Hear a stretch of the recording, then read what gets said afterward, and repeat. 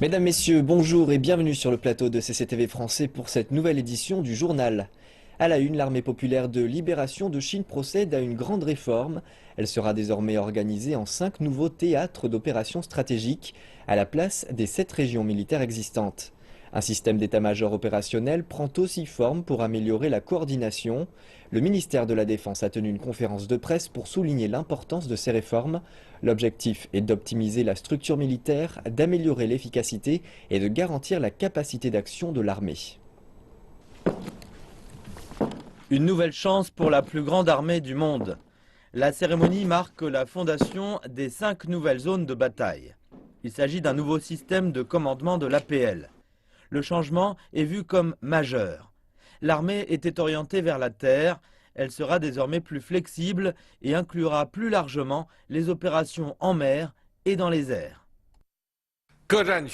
Toutes les zones de commandement devraient se concentrer sur l'étude de la guerre, la situation de la sécurité nationale et l'élargissement des perspectives stratégiques. Toutes les zones de bataille devraient apprendre les mécanismes de gagner la guerre moderne et accélérer la mise au point de la stratégie de zones de bataille. La nouvelle structure regroupe les 7 anciennes régions militaires en 5 zones de commandement de bataille. Nord, Sud, Est, Ouest et Centre.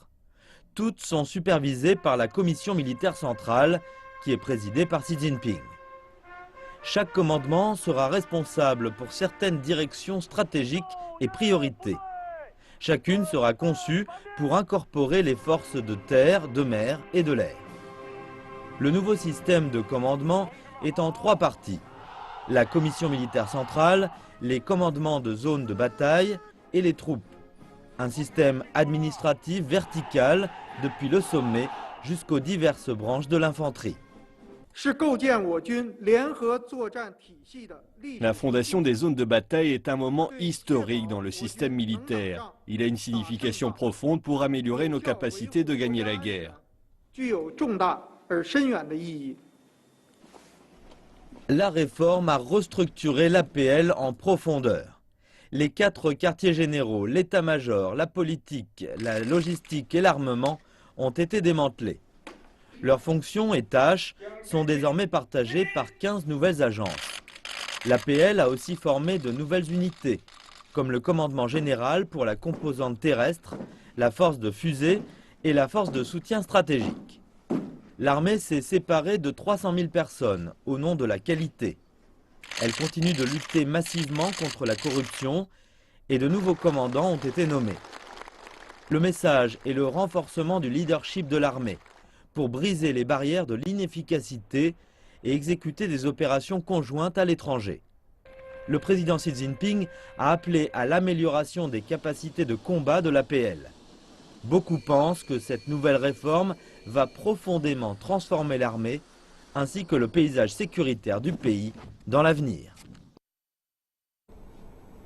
La Chine a accusé les États-Unis d'être la plus grande incitation à la militarisation de la mer de Chine méridionale et les a exhortés à cesser de créer des tensions au nom de la liberté de navigation.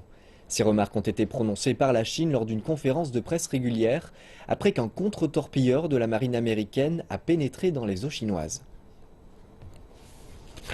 Les États-Unis cherchent à s'imposer davantage en envoyant un vaisseau de guerre en mer de Chine méridionale durant le week-end.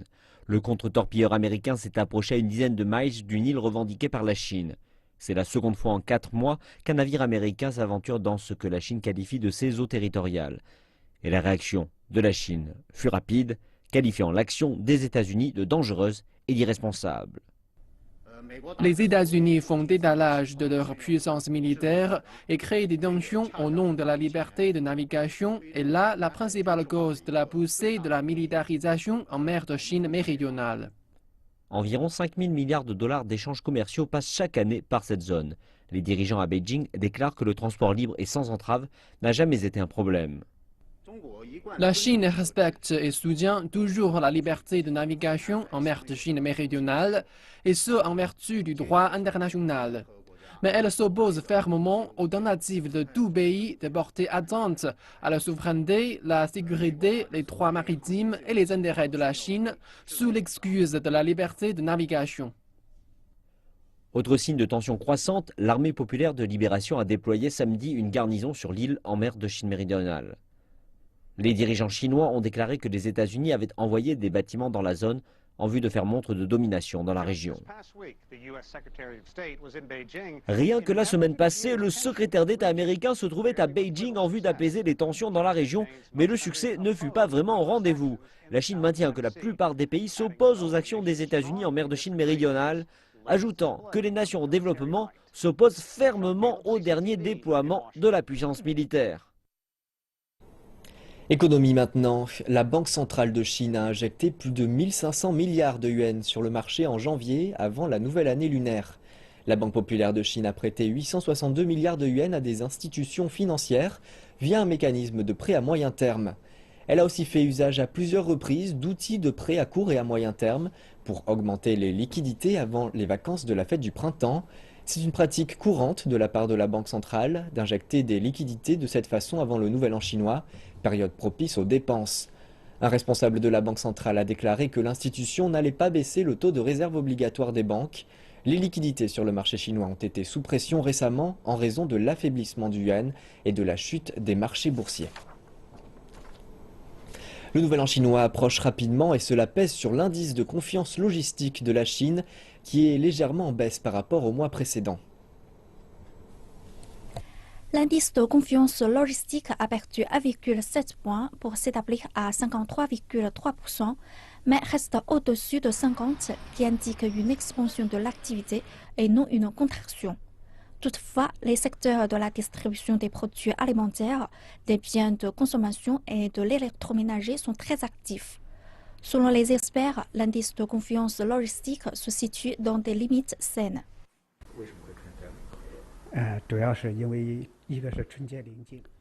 À l'approche du nouvel an chinois, l'ensemble de l'industrie de la logistique a connu une baisse, en particulier dans les secteurs manufacturiers, mais le bilan affiche néanmoins une croissance stable. On dit que la moitié de la population chinoise se déplace avant les vacances du nouvel an lunaire et qu'il en va de même pour les produits industriels. CCTV a rencontré plusieurs entreprises de transport dans le sud de la Chine. Si la demande pour les produits industriels décline, celle pour les biens ménagers est en hausse. Le secteur du transport traverse une nouvelle année chinoise animée. Dans la ville chinoise méridionale de Guangzhou, les ouvriers chargent les produits textiles et électroniques. Ces biens de consommation des ménages sont qualifiés de marchandises blanches par le secteur, par opposition au charbon et à l'acier qui sont appelés des marchandises noires. La plateforme du transport du pays, la gare de Guangzhou, a connu une croissance stable depuis la deuxième moitié de 2015. La livraison a dépassé les 1500 chariots par jour, en hausse de 3,4% par rapport à l'année dernière. Et il continue de compter. Notre livraison de marchandises blanches est de 300 wagons ferroviaires par jour en janvier. Par ailleurs, nous avons aussi des livraisons par la mer. À présent, 47% de notre cargo est constitué de marchandises blanches. Et c'est un pourcentage de 3,3% de plus que l'an dernier. Un début prometteur pour les marchandises blanches en 2016, mais beaucoup moins pour les marchandises noires. La demande est en baisse alors que les producteurs de charbon et d'acier déstockent leur inventaire. Notre transport de marchandises noires a décliné de 40 à 50% par rapport à l'an dernier. La livraison de marchandises noires transitant par la gare de Guangzhou a baissé de 6% l'an dernier. De nombreux autres, comme Li, ont choisi d'autres transports de fret pour maintenir la rotation. Certains l'ont réservé un an à l'avance. Les experts disent que le fossé montre que le transport ferroviaire ne peut plus se reposer sur les marchandises noires comme auparavant et qu'ils ont besoin de proposer des services de livraison pour les biens de consommation pour mieux satisfaire la demande du public. Les compagnies devraient renforcer leur gestion du contrôle de qualité et produire à tour de bras plus de produits de qualité pour rencontrer la demande du public. Plus l'offre sera importante, mieux le secteur sera en mesure de baisser la pression sur la croissance chinoise. L'année 2015 a été la pire de ces 10 dernières années pour les commerçants de Hong Kong. Les derniers chiffres montrent une baisse inégalée des ventes depuis l'épidémie de SRAS, le syndrome respiratoire aigu sévère, en 2003. Cette tendance devrait se poursuivre pendant la fête du printemps, l'un des plus grands moments de shopping à Hong Kong. Hong Kong a été frappé par l'hiver le plus froid en 60 ans et l'atmosphère n'est pas plus chaude pour les commerçants de la ville. Les propriétaires de magasins cassent leurs prix pour tempérer le marasme économique, même sur les marques de luxe, une première. Même avec de grandes promotions pour le nouvel an lunaire chinois, les ventes stagnent, en particulier pour les produits haut de gamme comme les bijoux et les montres. Hong Kong a longtemps été un paradis du shopping pour les Chinois du continent, mais de plus en plus de ces touristes désertent Hong Kong, laissant les commerçants seuls dans leurs magasins bien achalandés, mettant la pression sur une économie dépendante de ces visiteurs. Chow Tai Fook, la plus grande joaillerie de Chine en termes de chiffre d'affaires, prévoit de fermer jusqu'à 5 ou 6 magasins à Hong Kong d'ici la fin de son année fiscale en mars. Les ventes à Hong Kong et Macao étaient en baisse de 20% au dernier trimestre 2015 par rapport à l'année précédente. Cette chute des ventes est largement ressentie. Le gouvernement n'a pas encore dévoilé les derniers chiffres, mais pour les 11 premiers mois de l'année, les ventes ont baissé de 3,3%. Et la baisse pour les ventes de produits de luxe était même à 2 chiffres. En termes généraux, c'est préoccupant, mais il y a aussi certains faits positifs. Si nous notons un retrait des produits de luxe, dominés par les bijoux et les montres ces dernières années, nous voyons une grande diversité des commerces qui rentrent sur le marché.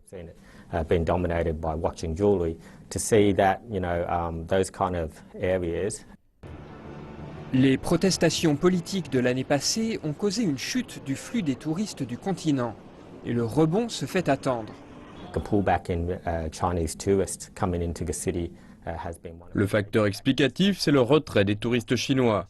Si vous regardez les chiffres des 11 premiers mois de l'année dernière, l'arrivée de Chinois du continent a décru pour la première fois depuis 1997. L'augmentation a été continue, sauf l'année dernière. Hong Kong a rendu plus difficile l'obtention du permis multi-entrée pour les habitants de Shenzhen. Maintenant, ils ne peuvent venir qu'une fois par mois seulement.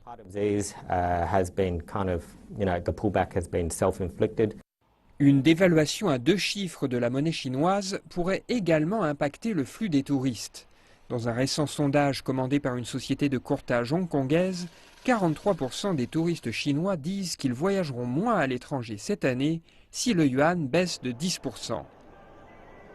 Pour les analystes de la vente au détail, les perspectives pour Hong Kong demeurent pour le moins incertaines.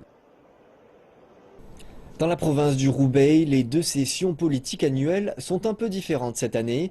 C'est un journaliste robot qui couvre les réunions de l'Assemblée provinciale du peuple, le corps législatif local, et du comité provincial de la conférence consultative politique du peuple chinois.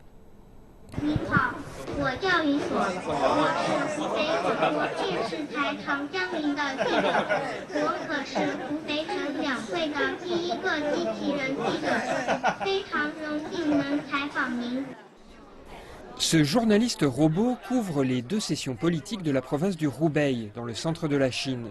Il est capable d'avoir des conversations simples avec ses interviewés et enregistre leurs commentaires.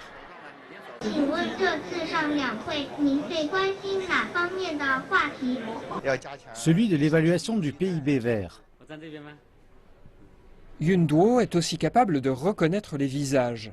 Au 2e jour des réunions, le robot a reconnu une personne à qui il avait parlé auparavant.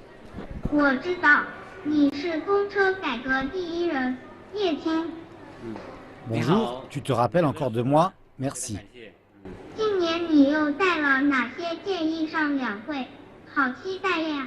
J'en ai fait une au sujet de la ligne de chemin de fer internationale Yichang-Xinjiang Europe. Après les interviews, Yun Duo envoie ses enregistrements au siège de Roubaix TV. Après un montage, les propositions des membres du comité sont visibles sur l'application téléphonique de la chaîne. À la gare de Wuhan, un groupe de bénévoles internationaux s'affaire. Ils répondent aux questions au bureau des renseignements, aident à transporter les lourds bagages et distribuent de la nourriture dans les trains. Jani Samarakun vient du Sri Lanka. Elle a déjà travaillé plusieurs fois comme bénévole depuis qu'elle étudie un doctorat à Wuhan. Mais c'est la première fois qu'elle est bénévole à la gare de Wuhan pendant le pic des voyages de la fête du printemps, la plus grande migration humaine au monde.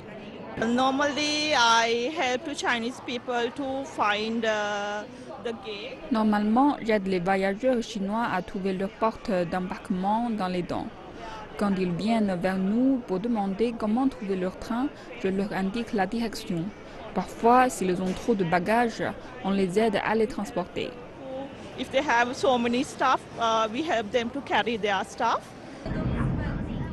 Cette année, 15 étudiants internationaux de 12 pays se sont portés volontaires à la gare de Wuhan pendant la fête du printemps. Ils vivent en Chine depuis plusieurs années et parlent très bien chinois. Ils n'ont donc aucun problème à communiquer avec les passagers. Les passagers, ils ne savent pas que je suis une étrangère. Quand je commence à parler, ils me regardent et se disent « Oh, c'est une étrangère ». Parfois, ils sont nerveux. « Oh mon Dieu, est-ce qu'elle parle chinois ?» parce que je ne parle pas anglais. Mais quand je commence à parler en chinois, ils sont très contents.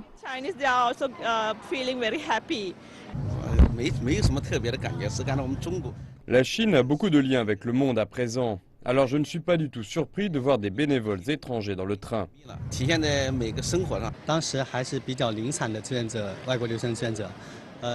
C'est maintenant le 7e pic des voyages de la fête du printemps pour lequel des étudiants internationaux nous aident. Ils travailleront du 24 janvier au 23 février. Certains au bureau des renseignements, d'autres sur les trains.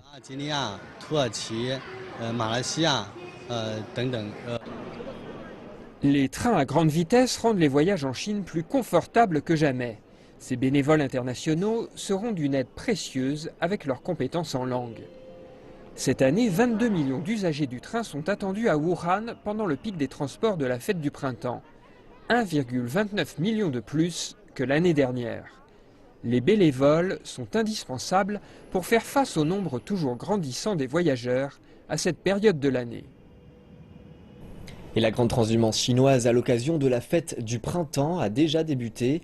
Beaucoup ont choisi de se rendre en famille par le bus. Les autorités ont donc pris des mesures pour assurer la sécurité de tous. Jiang Wenjiang, 57 ans, est un travailleur migrant de retour dans la province du Jiangsu. Il travaille seul à Shanghai, à 300 km de chez lui. Je travaille comme charpentier depuis 20 ans à Shanghai. J'ai gagné de l'argent cette année, mais pas assez pour rentrer pour le nouvel an. J'ai vraiment hâte de retrouver ma famille. Comme Jiang, de nombreux passagers ont choisi les bus longue distance comme mode de transport. Selon les chiffres officiels, les voyageurs chinois devraient faire 43 000 voyages par bus pendant les vacances. Les autorités disent vouloir assurer la sécurité en menant des inspections. Pour tous les bus qui partent et arrivent dans notre terminal, nous avons besoin de mener des inspections de sécurité. Par exemple, cela comprend les extincteurs. Nous devons vérifier qu'ils fonctionnent. L'indicateur doit rester vert. Chaque bus longue distance est équipé du GPS, ce qui permet au personnel du terminal de suivre ses déplacements. Nous pouvons localiser chaque bus et vérifier sa vitesse. Si quoi que ce soit se passe sur la route, nous pouvons prendre des mesures. Ça marche 24 heures sur 24. Le voyage de Jiang prendra 3 heures. Nous souhaitons à tous les voyageurs une heureuse fête du printemps. Le jardin Yuan de Shanghai, construit pendant la dynastie des Ming il y a environ 4 siècles, est l'un des lieux ayant conservé la plus grande authenticité de la vieille ville de Shanghai. Un essai pour la foire annuelle des lanternes du jardin s'est tenu dimanche, à quelques jours de l'ouverture officielle, et qui a attiré une foule de visiteurs. Orné de lanternes rouges à flammes, le jardin de Yuan, déjà une attraction touristique très prisée pour ses splendides jardins typiques du sud du fleuve Yangtze, est rempli d'une atmosphère festive. Des lanternes colorées représentent des légendes populaires historiques, telles que Confucius enseignant à ses disciples.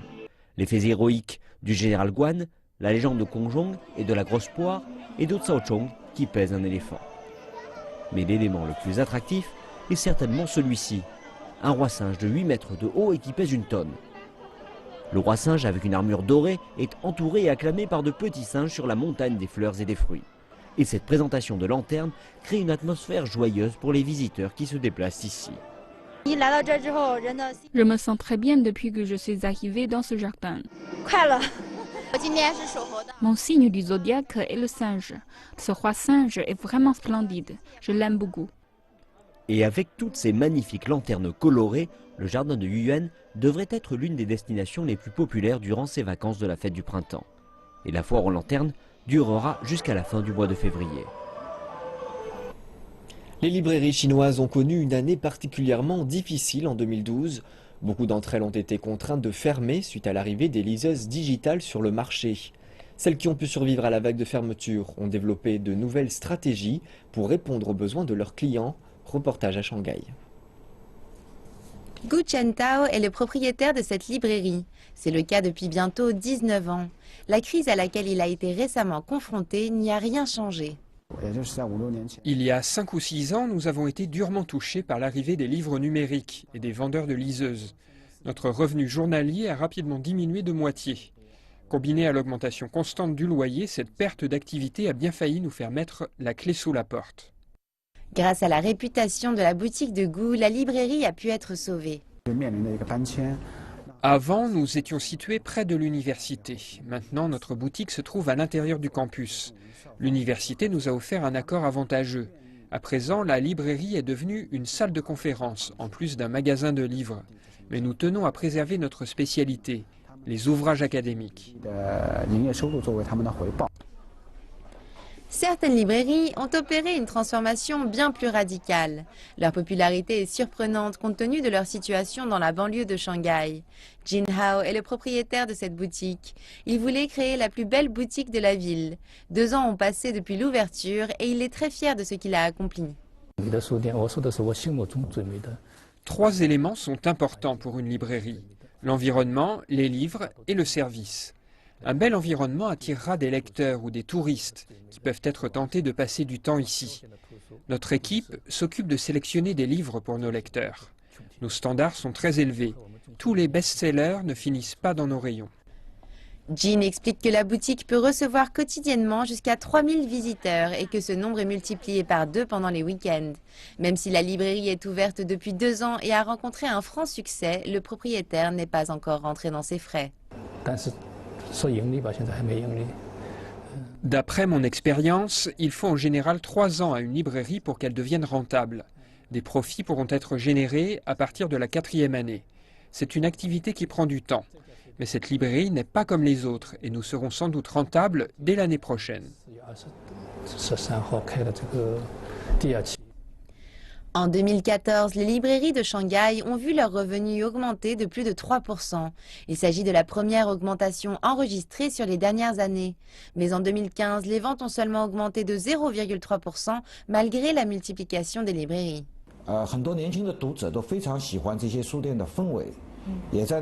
Un jour, j'ai vu 2 clients prendre une photo d'un livre dans une librairie. Je leur ai demandé la raison de cette photo et ils m'ont répondu qu'ils souhaitaient vérifier le prix de cet ouvrage en ligne. Vous voyez bien le problème. Certains pays fixent les prix des livres en concertation avec les libraires et les vendeurs numériques. En Chine, nombreux sont ceux qui souhaitent que des mesures similaires soient mises en place. C'est difficile, car ce genre d'accord repose sur une confiance mutuelle entre toutes les parties.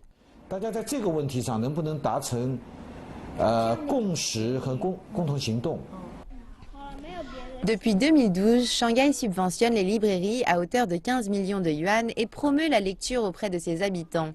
Pour ne pas dépendre de ces aides, les librairies ont adopté de nouvelles stratégies leur permettant de surfer la vague numérique. La question reste de savoir si elles pourront durablement lui résister. C'est une tendance qui prend de l'ampleur en Chine depuis quelques années. De plus en plus de Chinois adoptent un nom anglais. Toutefois, certains peinent à trouver le bon. Un site internet permet désormais à ces derniers de résoudre leurs problèmes. Zhao Xianglan est arrivée à Shanghai il y a quelques mois. Elle travaille dans un hôtel et la plupart de ses collègues sont étrangers. Le nom chinois Zhao en pinyin est difficile à lire pour les étrangers. Elle a donc visité un site web appelé Best English Names qui demande des frais pour résoudre ce problème. L'industrie dans laquelle je travaille a beaucoup d'étrangers, donc j'ai besoin d'un nom anglais. En tant que chinoise, je ne comprends pas bien la signification des noms anglais, donc j'ai eu peur de faire une erreur. J'ai vu beaucoup de noms anglais étranges que vous ne pouvez pas même trouver sur Internet. Madame Zhao a payé les honoraires demandés et maintenant elle porte fièrement le nom anglais Kendall. Il lui rappelle son nom chinois, dit-elle. La fondatrice du site, Cindy Jerrigan, dit qu'elle connaît beaucoup de Chinois qui se retrouvent avec des noms anglais étranges et c'est ce qui lui a donné l'idée de mettre ce site en ligne. J'ai rencontré plusieurs Chinois avec des noms anglais étranges et j'ai remarqué que beaucoup de mes amis occidentaux plaisantent souvent là-dessus. Shanghai et la Chine, en général, deviennent de plus en plus mondialisés. Les gens en Chine sont toujours plus en contact avec des nationalités différentes, donc des noms anglais peuvent certainement aider pour communiquer. Madame Jerrigan dit qu'elle donne des noms anglais à ses clients selon leurs informations personnelles, y compris l'âge, le travail et même leurs projets dans l'avenir. Mais l'obtention d'un nom n'est pas gratuite. Le site Internet offre 2 types de services. Vous pouvez payer 18 yuan pour remplir un questionnaire en ligne et obtenir 5 noms anglais qui correspondent à votre personnalité. Si vous pensez que cela ne suffit pas, vous pouvez obtenir une consultation en personne. Mais cela vous coûtera plus cher, plusieurs centaines de yuan par nom en fait. Madame Jerrigan dit que bien que le prix de la consultation soit relativement élevé, il y a beaucoup de parents qui cherchent des noms anglais pour leurs enfants et d'autres clients qui considèrent des noms anglais pour créer une entreprise ou immigrer. La mise du contenu en ligne aide aussi Madame Jerrigan à faire baisser les coûts. En raison de la tendance, nous avons décidé d'utiliser Internet, les portables particulièrement. Mais cela nous permet aussi d'évaluer plus facilement et de contrôler nos coûts. Nous utilisons du point commercial, les consultations pour faire des études de marché. C'est agréable de parler aux gens et de comprendre leurs préoccupations, ce qu'ils considèrent en choisissant un nom anglais. Le site de Madame Jerrigan reçoit quelques 20 000 visiteurs par mois. Comme résolution du Nouvel An, Madame Jerrigan espère prendre de l'expansion pour aider ses clients à rédiger leur CV. Du moins, de cette façon, ils pourront s'assurer que leur nom sera écrit correctement. Et c'est la fin de ce journal. Merci pour votre attention et bonne suite de programme sur notre antenne.